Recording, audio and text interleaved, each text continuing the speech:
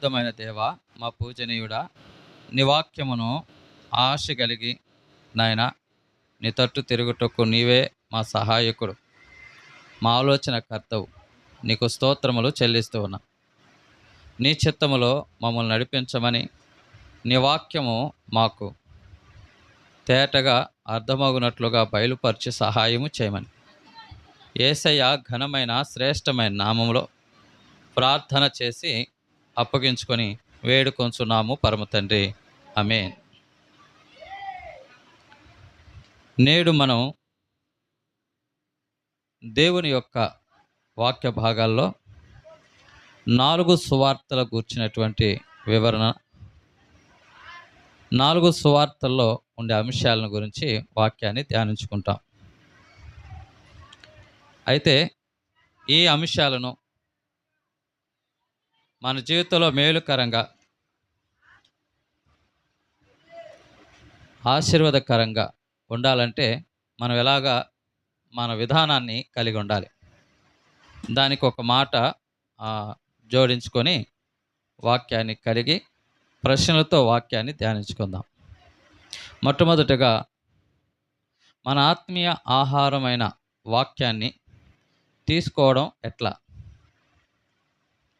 మన ఆత్మీయ ఆహారమైన వాక్యాన్ని తీసుకోవడం ఎట్లా అనే ఈ విధంగా దేవుని వాక్యంలో మనం మొదటగా గమనించినట్లయితే యిర్మీయా గ్రంథం 33వ అధ్యాయం 3వ వచనం.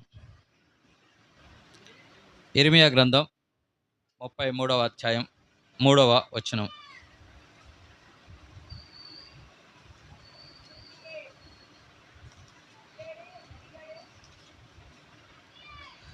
నాకు మొరపెట్టుము, నేను నీకు ఉత్తరమిచ్చేదను. నీవు గ్రహింపలేని గొప్ప సంగతులను, గూఢమైన సంగతులను నీకు తెలియజేతును. దేవుని యొక్క వాక్యాన్ని ఆహారముగా ఆశపడినటువంటి ప్రతి వాని జీవితంలో మొదటగా ఉండవలసిన విధానం ఏంటంటే ప్రార్థన. ఎందుకు ఈ మాటలు జ్ఞాపకం చేస్తున్నామంటే, కొత్త నిబంధనలో చూస్తాం, ఒక మనిషి యొక్క మనస్సున ఏముందో అనేది ఎవరు తెలుస్తుంది? ఆ మనిషికే తెలుస్తుంది. అలాగే పరిశుద్ధ గ్రంథంలో ఏమున్నది అనేది ఎవరు తెలుస్తుందంటే దాన్ని రాయించిన వారికి తెలుస్తుంది. కాబట్టి ఈ దేవుని వాక్యము ఎవరి ద్వారా రాయబడుతున్నదంటే పరిశుద్ధాత్మ దేవుని ద్వారా ప్రేరేపించబడి రాయబడ్డ సంగతుల్ని చూస్తూ ఉన్నాం. కాబట్టి ఈ దేవుని వాక్యాన్ని స్పష్టంగా మనం తెలుసుకోవాలి అంటే ఎవరి చేత, ఎవరి ద్వారా రాయబడ్డదో వారిని అడిగితే వారు చక్కగా మనకు బయలుపరుస్తారు. అందును బట్టి మనము ప్రార్థన ద్వారా దేవుణ్ణి అడిగినప్పుడు దేవుడు మనకు దేవుని సంగతుల్ని బయలుపరుస్తాడు. కాబట్టి ఈ దేవుని ఆహారం తీసుకునే మనకి మొట్టమొదటి విధానం ఏంటంటే ప్రార్థన. ఆ తరువాత దేవుడు ఆయన కృప ద్వారా మనకిచ్చిన ఈ ఆహారాన్ని ఎలా తీసుకోవాలి? రెండవ విషయం ఏమిటంటే దేవుని వాక్యంలో యెషయా గ్రంథం 34వ అధ్యాయం 16వ వచనం.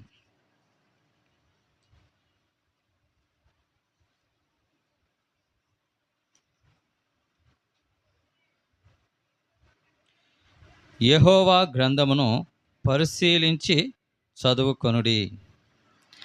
దేవుని వాక్యంలో దేవుడు మనకు అనుగ్రహించిన ఆహారం ఎలాగా తీసుకోవాలి అంటే ఆ గ్రంథాన్ని ఎలాగా పరిశీలించి చదువుకొనుడి. నామకార్థంగా అప్పటికప్పుడు అన్నట్లుగా చదివేము అని అన్నట్టుగా కాకుండా ఆ దేవుని ఆహారాన్ని ఎలాగా భుజించాలి అంటే యెహోవా గ్రంథమును పరిశీలించి చదువుకొనుడి. వాక్యాన్ని చదివేటప్పుడు ఏముండాలి? పరిశీలన ఉండాలి. కాబట్టి దేవుడు మాట్లాడేటప్పుడు మనము చాలా విధేయత కలిగి దేవుని యొక్క మాటలని పరిశీలించి మన హృదయంలో భద్రపరుచుకునే ఆసక్తి మనలో ఉండాలి. మూడవదిగా, దేవుని వాక్యాన్ని పరిశీలించి చదివినాక ఆ సంగతులను ధ్యానించే వారంగా ఉండాలి. అనగా మొదటి దెస్సలోనికి రాసిన పత్రిక 5వ అధ్యాయం 21వ వచనం.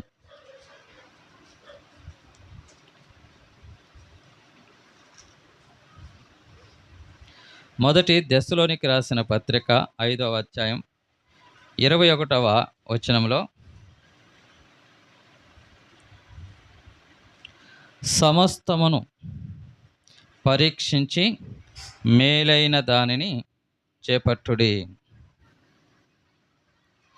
దేవుని లేఖన భాగంలో పరిశీలించి వాక్యాన్ని చదివిన ఆ తర్వాత ఆ వాక్యమును మనకి, నీకు, నాకు మేలుకరంగా ఏ విషయాలు, దేవుడు నీతో నాతో ఏ విషయాలు మాట్లాడుతున్నాడు, నీకు నాకు ఏమి తెలియచేస్తున్నాడు అనే విషయాన్ని మనం ఏం చేయాలా? పరీక్షించి మేలైన దాన్ని చేపట్టుడి అనే మాట చూస్తాం. కాబట్టి వాక్యాన్ని పరిశీలించి తీసుకున్న తర్వాత మనం చేయాల్సిన పని ఏంటి? దాన్ని పరీక్షించాలి, ఆ వాక్యాన్ని ధ్యానించాలి. ఈ లోకంలో మరి జంతువులను చూడగా ఆహారం తీసుకొని ఆ సమయాల్లో ఏం చేస్తుంటాయి? ఆయా సమయాల్లో నెమరు వేస్తూ ఉంటాయి. అది ఎంతో ఆరోగ్యకరమైన అంశం. మన జీవితంలో కూడా వాక్యాన్ని నెమరు వేసేవారంగా, మరలా ఆ వాక్యాన్ని గ్రహించేవారంగా, పరీక్షించేవారంగా, ఆ విషయాల్లో మనము దేవుని ఆహారమైన వాక్యాన్ని తీసుకోవాలి. నాలుగవదిగా, ఫిలిప్పీలకు రాసిన పత్రిక 4వ అధ్యాయం 6వ వచనం.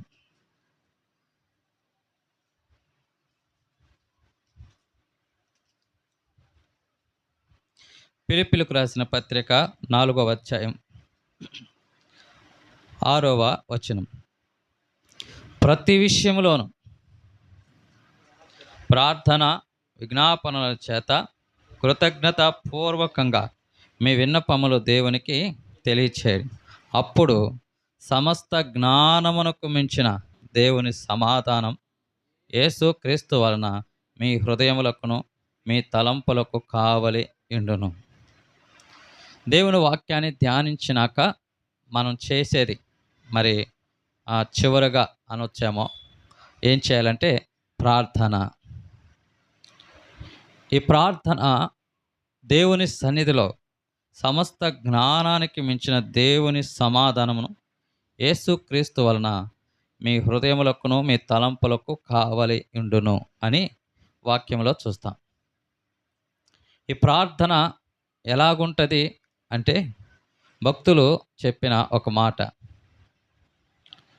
ఒక పూసల దండ ఏర్పాటు చేసే వ్యక్తి సూదితో దారమును కలిగిన దానితో ఆ పూసలు ఎక్కించి పూర్తయినాక ఆ పూసలన్నిటిని కలిపి ముడివేయటం, ముడివేసే దానితో ప్రార్థనని పోల్చి చెప్పబడ్డది. ఆ ముడే లేకపోతే నువ్వు ఇన్ని పరిశీలించి పరీక్షించి దేవుడు నీకు ఇచ్చిన ఆ వాక్య తలంపులను ఏమైపోతాయి? జారిపోతాయి.